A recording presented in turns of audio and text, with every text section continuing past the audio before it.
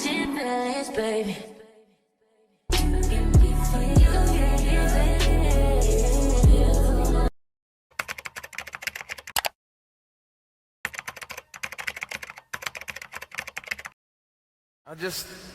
What am I supposed to do now? Get up and go on with your life. It's all right to sit around, be depressed for a minute, cry about it, do whatever you have to, but don't stay there too long. Get up and go on with your life. If somebody want to walk out of your life, let them go. Especially if you know you done everything you can do, you done sat around and been the best man or the best woman you could be, and they still want to go, let them go.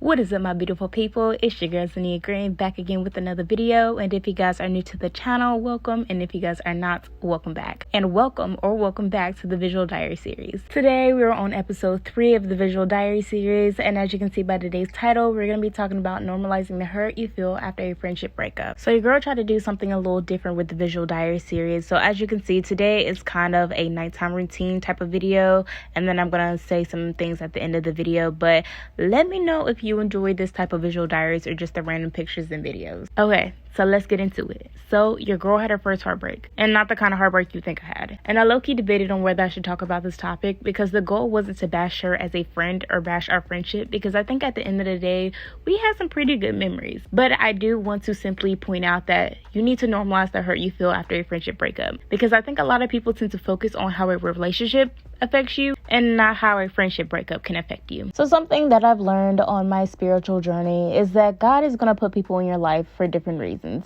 either for a season, a lesson, or a blessing. And I thought at the time that she was my blessing, but college rolled around and it then turned into a lesson. So if you don't take anything from this video, learn how to communicate to the people you love, because lack of communication can end so many friendships and relationships. And the way our friendship worked, we kind of were in a friendship group. So it was a bunch of us together. So when we stopped being friends, essentially the group kind of backed off, and I really was like, dang, I just really lost my entire friend group. I think the worst part of a friendship breakup is how out of the blue they are.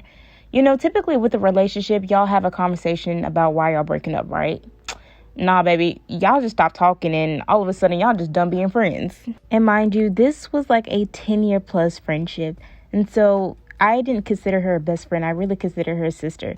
So when it all ended, it kind of felt like I was losing a sibling. I don't think people fully understand, like, when you're friends with somebody for so long and you hold emotional weight within that friendship, it's devastating when you lose them. I do not care how many times you can tell me friends come and go. I do not care how many times you tell me life goes on when you lose a friend. I do not care how many times you tell me it's time to move on. When I lose a friend, yes, it hurts, because I value all of my friendships. And this particular friendship breakup kind of hurts the most because I feel like I was codependent on her. I feel like my happiness was fueled through her. And so when we stopped being friends, a part of me kind of went dark. Child, when I tell you my life did a whole 360, my life did a whole 360. Like, y'all, the happy friend was no longer happy. The happy friend no longer was able to get up out of bed. The happy friend literally cried a lot. Despite all of the friend groups that I'm a part of and all of the friends that I have, I still feel very much alone. And it's nothing against them. I just think I have friendship trauma. Transformation doesn't just come from my transparency with God, but my honesty with others.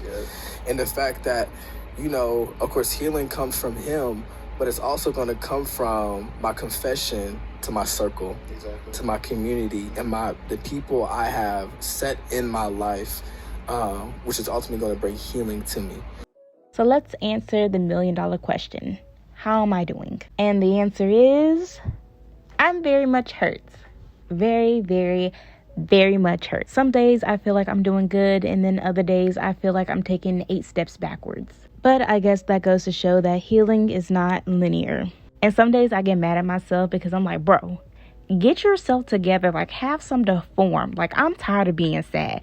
Go back to the happy Zinia, okay? Because this friendship breakup unlocked a whole lot of things that I'm just now learning I need to heal from. Like, the ghetto. I think something else that kind of triggered me this summer was I didn't give myself permission to grieve, because I had this thought process like I really shouldn't care. I'm in college, I'm about to make new friends, yada yada yada. And so I purposely tried to stay busy to keep my mind off the entire situation. The moment I quote unquote settled down, which was this summer, I felt angry, sad, upset, confused, etc. I will say, when you're not busy, you stay in your thoughts. And that is exactly what I did my entire summer. I stayed in my freaking thoughts. And I became so tired and exhausted of the hurt and pain that I was feeling that I really considered getting a therapist, but not just for this situation, but for a whole bunch of different situations as well. Because for me personally, if I can't do my simple task, like getting up out of bed, cleaning my room, brushing my teeth, etc., I know something's off. Because I'm in this routine of being the friend who's always the happy friend, the friend who always has it together, the friend who you're able to confide in and go to, it kind of threw me off when I no longer seem like that friend. Something else that I've also noticed during this like self-isolation, whatever you want to call it, I've noticed that my current friends or the friends that I've had in the past, I noticed that I kind of projected the hurt that I felt from this situation onto them. But I subconsciously didn't realize that until they sat me down and explained like, girl, you're being mean. And I'm not going to sit here and lie. Yes, did it hurt my feelings? Yes, it did. Did I feel like a bad person for the longest time? Yes, I did. However, I've come to a point in my life where I just need to take accountability for my actions and either change or not change and move on. But I digress. I think that's a conversation a lot of people choose not to have. And maybe my next visual diaries will be about accountability, because I feel like a lot of people need to take some of that. I hope you guys are enjoying the video so far. Now let's answer the other $1 million question.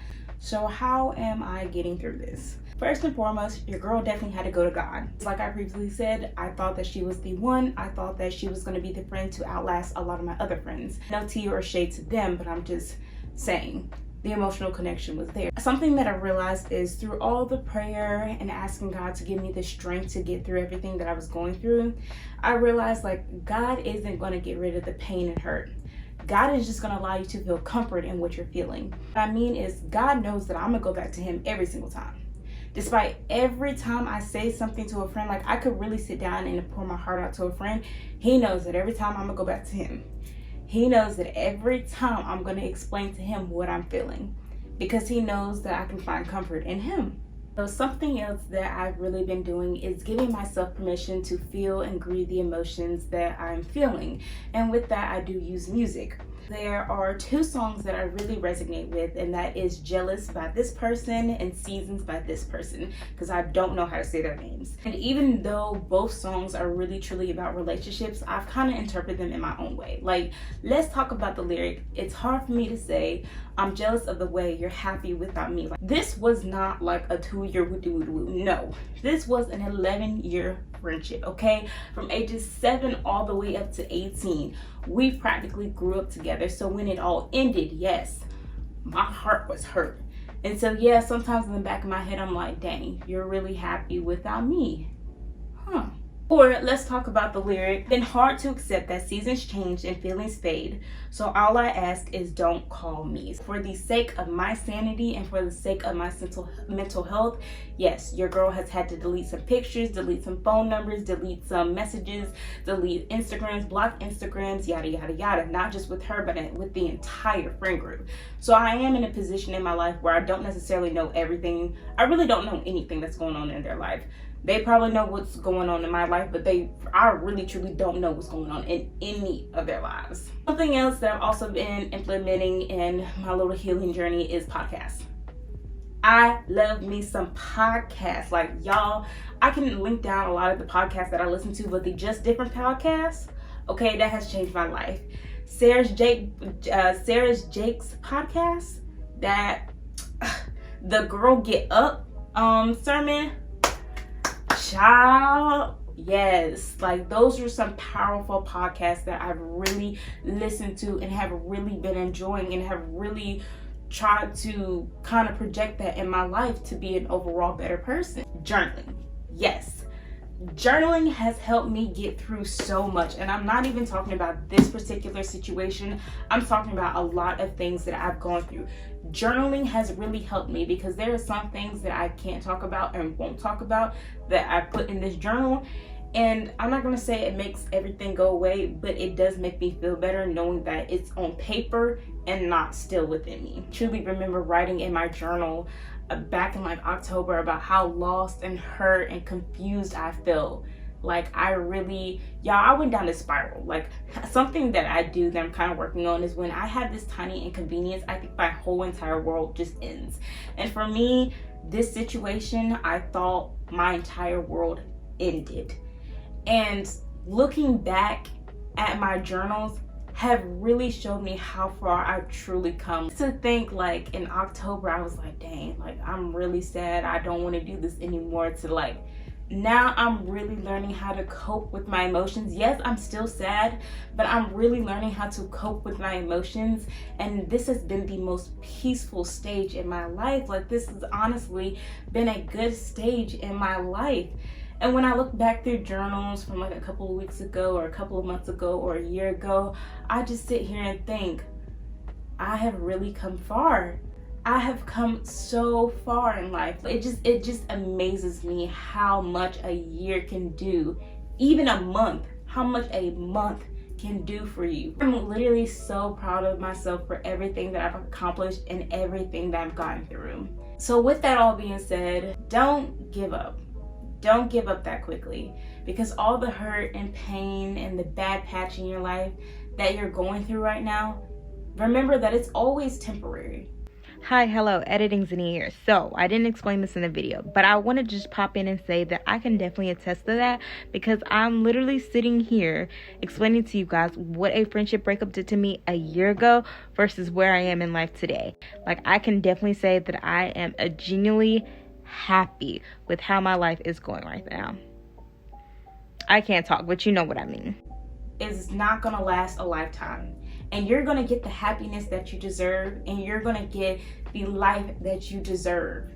Keep pushing, keep going, because when I look back at my journals, I realize how far I've gotten in life, and realize, like, when things get bad in life, you can't just give up. You can't. You just can't. You can't give up, because what I was a year ago is nowhere even close to what I am today. I have to go to bed because your girl's got to get up at 6 o'clock in the morning to go to work. But I love you guys, and I will see you guys in the next video. I'm catching feelings, baby.